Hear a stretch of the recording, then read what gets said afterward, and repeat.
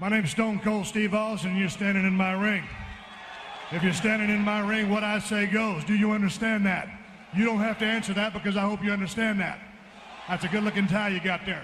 You doing okay? Look a little stiff. Glad to have you here. You know, lately, Donald, I've been seeing you on a little TV show, and the only thing you got to say is... grab him by the pussy. I think it's only fair that you give a man fair warning. So I'm going to break it down to you like this. Donald, in this ring, don't get under my skin.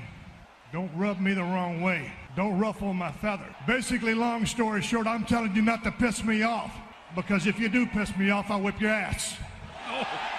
Now look at me when I'm talking to you. Because I've done my research on you. I don't give a rat's ass if you're worth $1 billion, $2 billion, $3 billion, $4 billion, $5 billion, $6 billion, $7 billion, $8 billion. You piss me off, I'll open up an $8 billion can of whoop ass and serve it to you, and that's all I got to say about that. Hey! Oh, Austin's done the Donald! What? Stone Cold just hit him! Good God Almighty!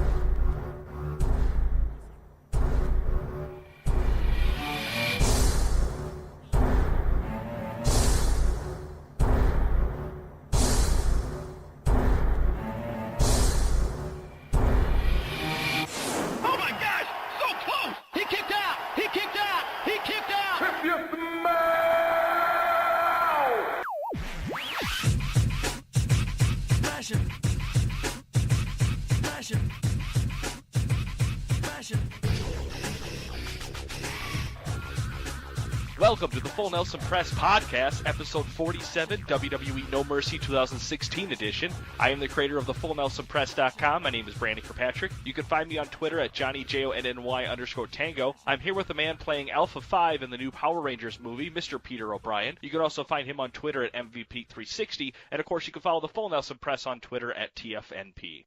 Pete, are you ready to review WWE No Mercy 2016? Nope. Don't care.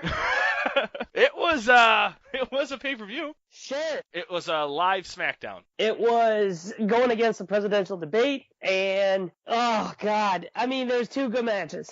Do you think because they compete against sports events and things like that they have purposely just dumbed down everything? I'll be honest, with the debate, I'm just gonna catch the highlights of it the next day, and I don't watch sporting events, so I feel like they just purposely don't care when it comes to things like that. They just immediately oh, we'll fail, we'll just throw out a really bad show then. Oh my god, it was brutal. It was hard to watch. No Mercy was on October 9th, 2016. It was in Sacramento, California. We'll start with the kickoff show. Kurt Hawkins comes out. There's this weird voiceover. They're Chuck Norris jokes, but they're all about him. But he does his own voiceover, so it's really weird. Yeah, it was dumb. It was very dumb. He comes out and says a couple things, and then leaves. I'm like, pointless. He does a promo, then there's pyros, and then he does another promo. He makes this announcement, but immediately when he says the announcement, they do the siren, and I thought Scott Steiner was coming out. Yeah, it was just bleh, bleh. He announces that his first match is going to be on SmackDown, so good for him. Next, we have Alexa Bliss confronting Decry and Shane O'Mac about Becky's injury. She will not be at the pay-per-view at all. She has an injury that was sustained outside of wrestling, so I don't know what it is. They did confirm, though, November 8th will now be the title match for Alexa Bliss, but she gets a mystery opponent tonight.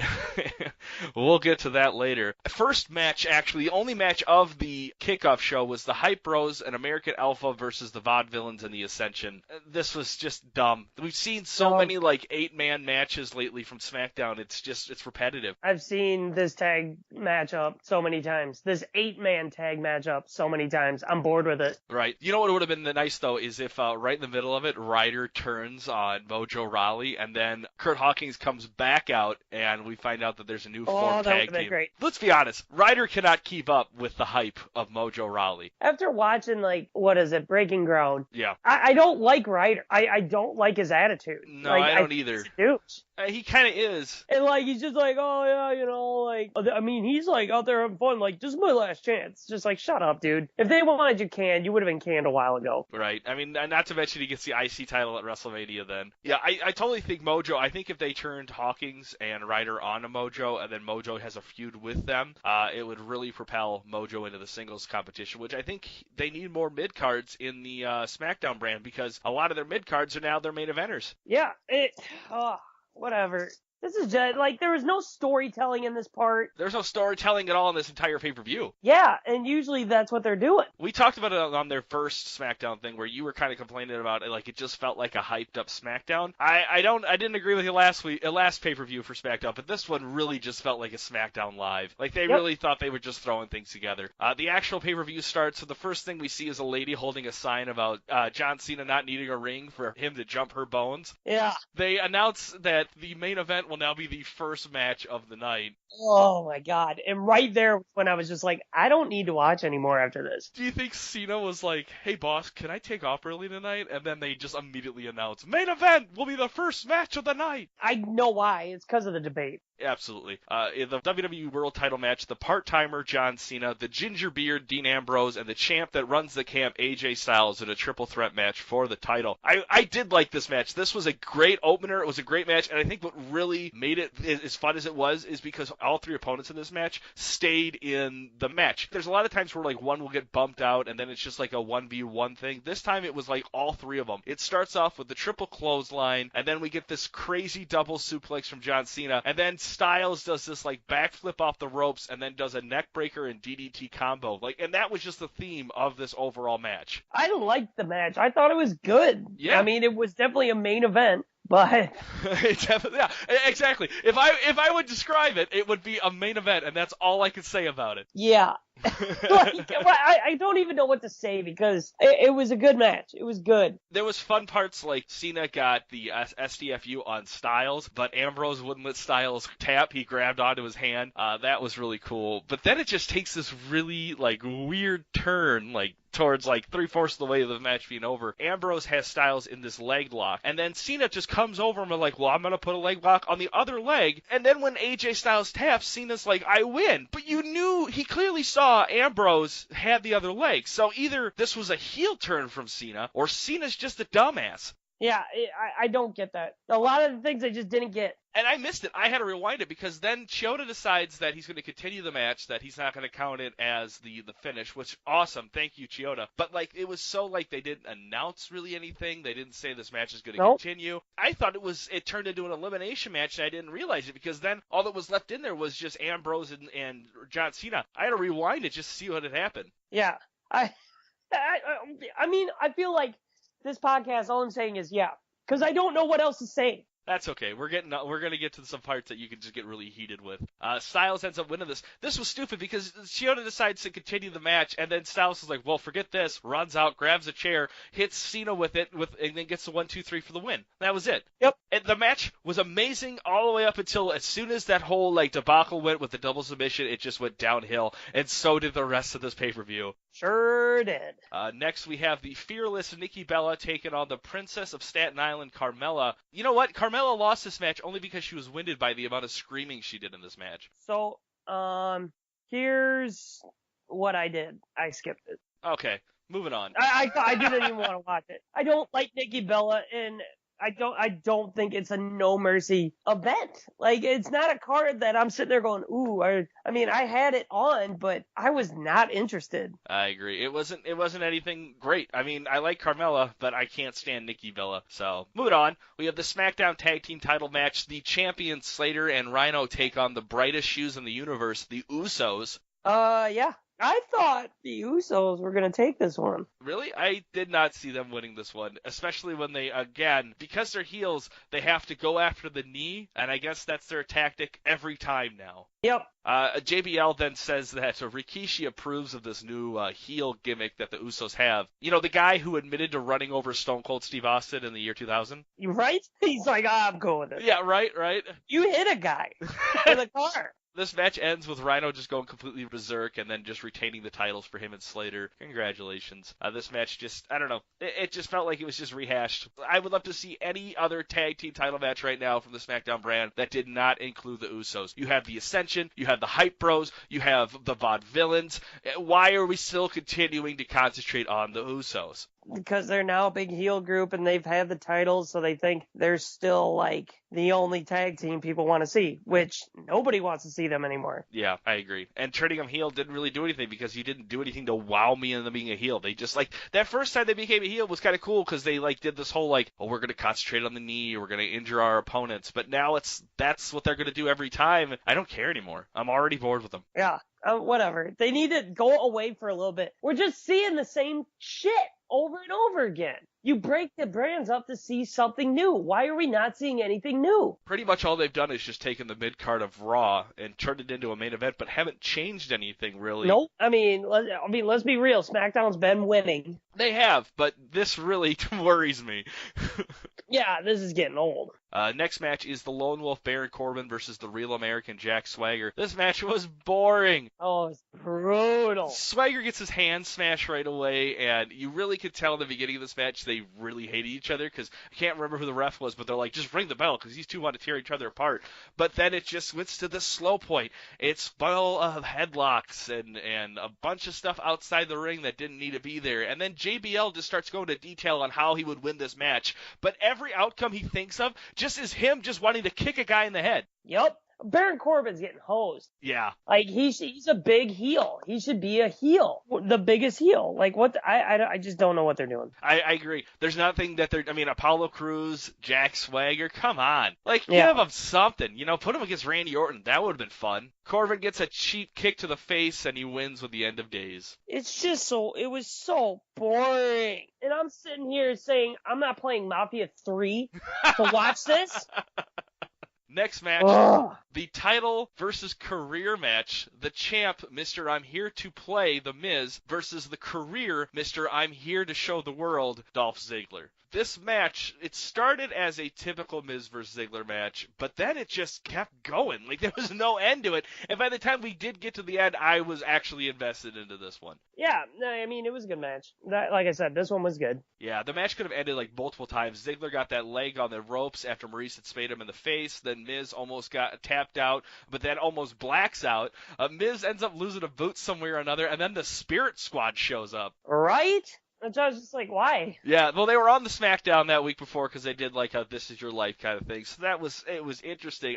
I like this. I like the dynamic between The Miz and Ziggler, but then it's like, what's next? Yeah, you gotta do something different now. Like, that's it, right? Right, if that means Survivor Series, we're gonna see the rematch between Ziggler and Miz, I'm out. So, Ziggler wins, he gets to be the IC champion once again. He doesn't have to be, which I have to say, Ziggler, I think, really did really well. He was taking booking jobs, he was really pushing on heavy that he was gonna be out as of Monday, but not the case. Ziggler's still in there. I was excited, but I was completely prepared for him to be gone. Miz then looked a little butthurt at the end of this one, though. He sure did. All right, man. The Cupid of Crime, Alexa Bliss versus who? Bring it to the floor. Naomi.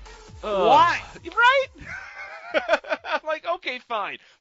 I'll give it to you, SmackDown. We'll have it, Naomi. It'll be a really good way to get Alexa Bliss over, but that's not what happens. No, they had her lose. Right? What the hell? She is so good at being a heel. And don't get me wrong, Naomi's changed her whole game with the Feel the Glow thing. Yeah. I don't hate her as much. Her entrance is a little too long. Now, I like it. I like the whole thing. I can watch her shake her butt for a while. But I'm like sitting there and I'm like, okay, now you have the number one contender, the number one heel going after Becky Lynch, and you have Naomi beat her. Yeah. So then that guys, the fans go, we have nothing to invest in Alexa because it was a clean loss. Yeah, it was a clean loss. What does this mean? Does this mean that Alexa Bliss is no longer number one contender? Does this mean Naomi is number one contender? Does this mean Nikki Bella, because she beat Carmella, is number one contender? I don't understand.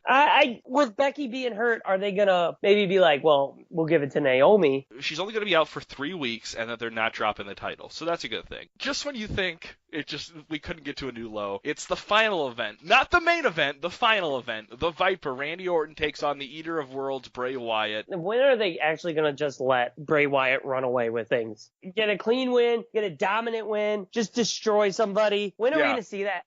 This match is another just boring match. They had this whole thing going on outside, which took way too long. They muffed up this DDT from the apron, which just looked bad on both parts. Yep. And then, I don't know where Orton's trying to get this RKO. He's setting it up for it. And then the lights go out. Luke Harper shows up looking like the guy that they ran over in the 1997 classic, I Know What You Did Last Summer, and it startles Orton, and then he loses. He gets a Sister Abigail, and 1-2-3, Wyatt wins. So even though Wyatt wins, it's still not a clean win. It still doesn't make him look any better than he did going into this match, and wow, Luke Harper's back. Eric Rowan's out on injury, and I bet as soon as Eric Rowan comes back, Luke Harper will once again be out on injury. I'm not going to get invested into Bray Wyatt unless they finally just let him dominate and destroy everybody by himself. He doesn't need help. This entire year of 2016, I've just completely ignored everything Wyatt has done. I mean, this is the first time I've been like, okay, cool, a match for him. But really, his character is just so dried up and done. There's nothing left to do with it. You can add as many Wyatt members to it. You can bring back as many Wyatt members as you want, but it's still the same Bray Wyatt losing and only getting dirty finishes every time. Yep, it was pathetic. It was so stupid. It was cheap. It was dumb. I hated it. And isn't Luke Harper on Raw's roster? They did, yes. He originally got picked there, but then last minute WWE decided, hey, we'll send him over to SmackDown. So why don't you have the frickin' Wyatts have the title, the championship, and the IC title? Like, all of them. Yeah, they won't, though. Pete, what do you want to grade WWE? God, I want to give it an F, but I'll go with D-. D-? Okay, I went D+, only because they gave us two good matches. I will say the one thing, this pay-per-view did not piss me off, but it just was so boring. There's a lot of times I'll watch pay-per-view and I'm like, that was stupid, that was dumb, I hate it, I hate wrestling. This times like this, it's just that was just a boring event. There was nothing that really was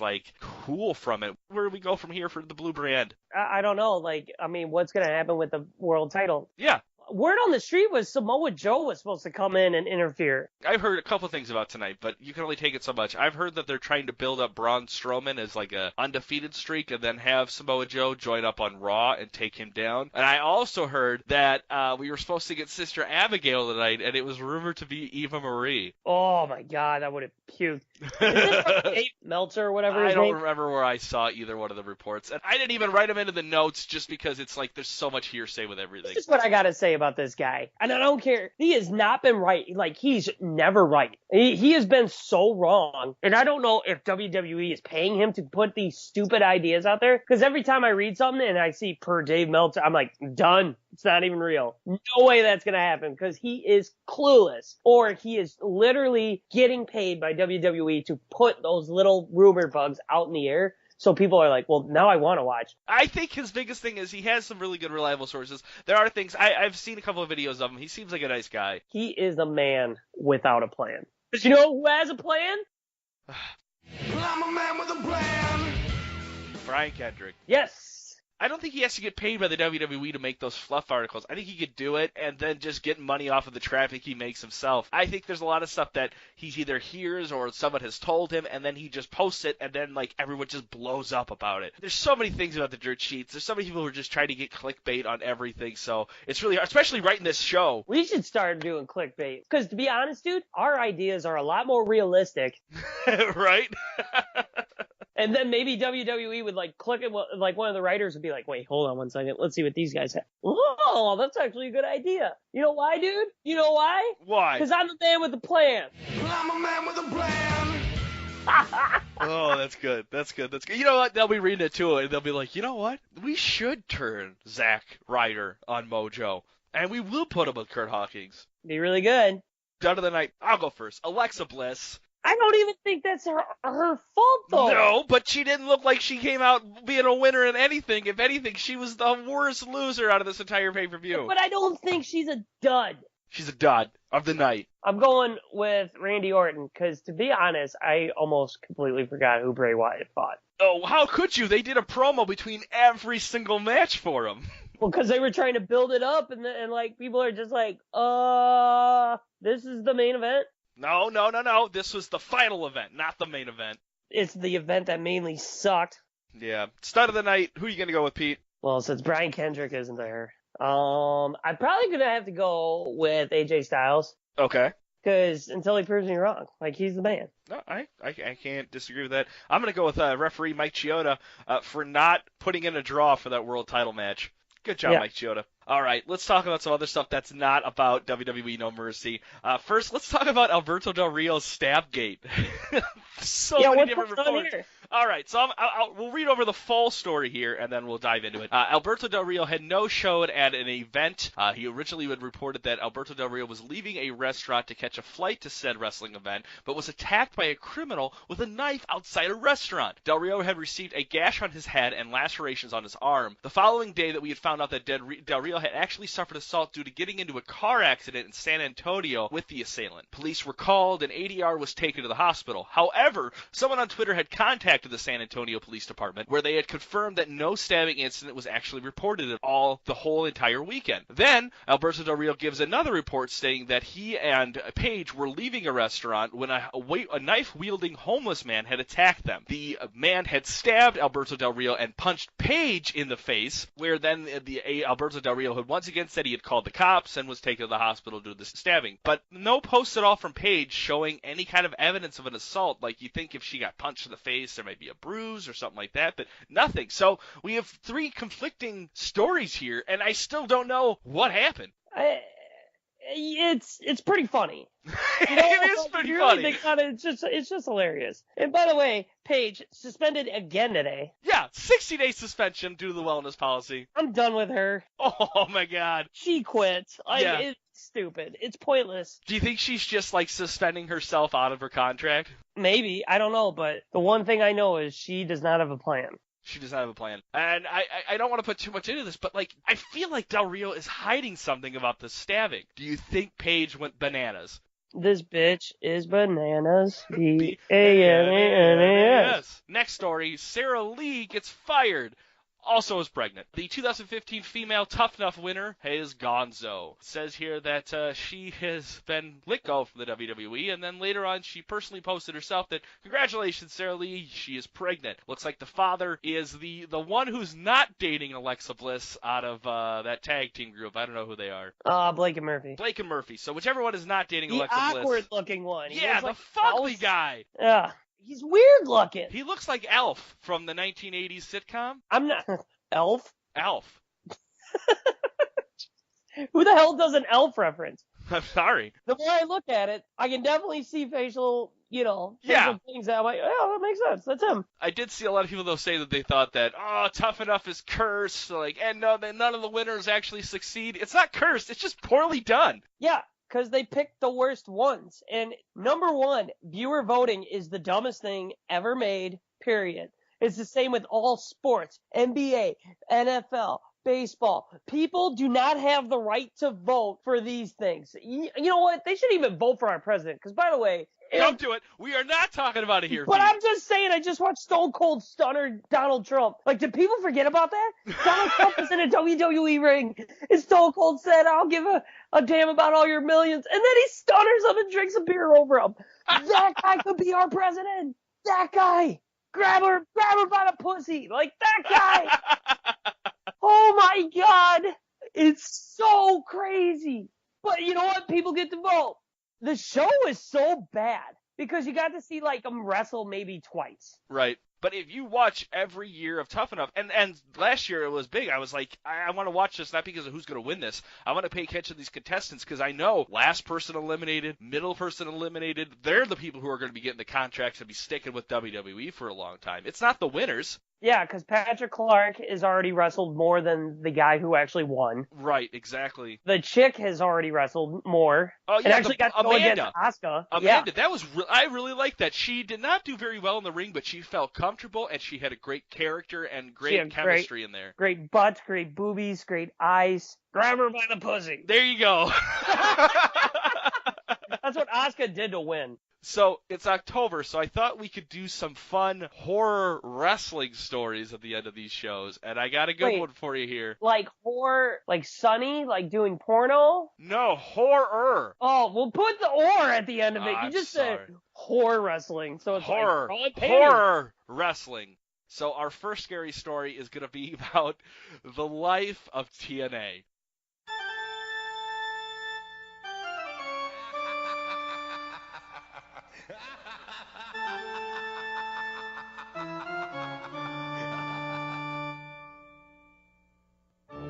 It's not gone yet. It's almost gone.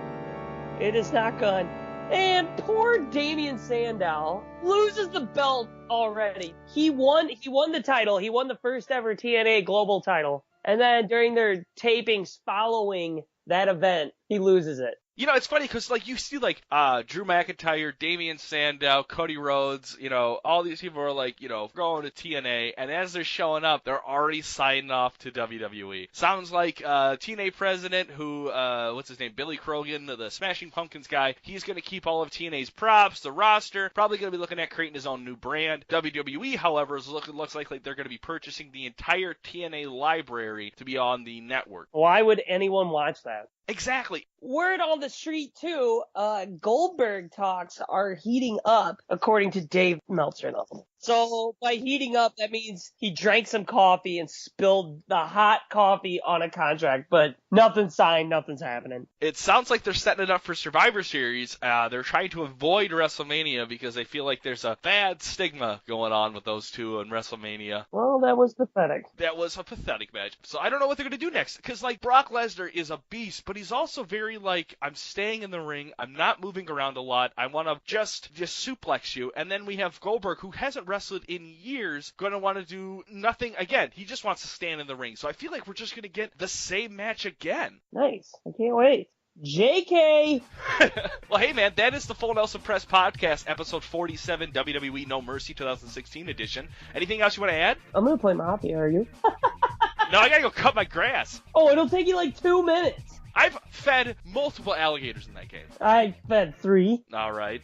The stealth mode. There was one time I was playing the game, and there's a mode where you could just sit there and whistle at the enemies. So I would just sit in a hallway and whistle. One guy would come over, I'd stab him, and I'd just move him next to me. And then I kept doing that. And I would just clear rooms of 5 or 6 guys by whistling one of them at a time. Because only one will, like, listen, and the other guys will watch him walk down the hallway, but that's it. They will not follow him. Only one guy comes at a time.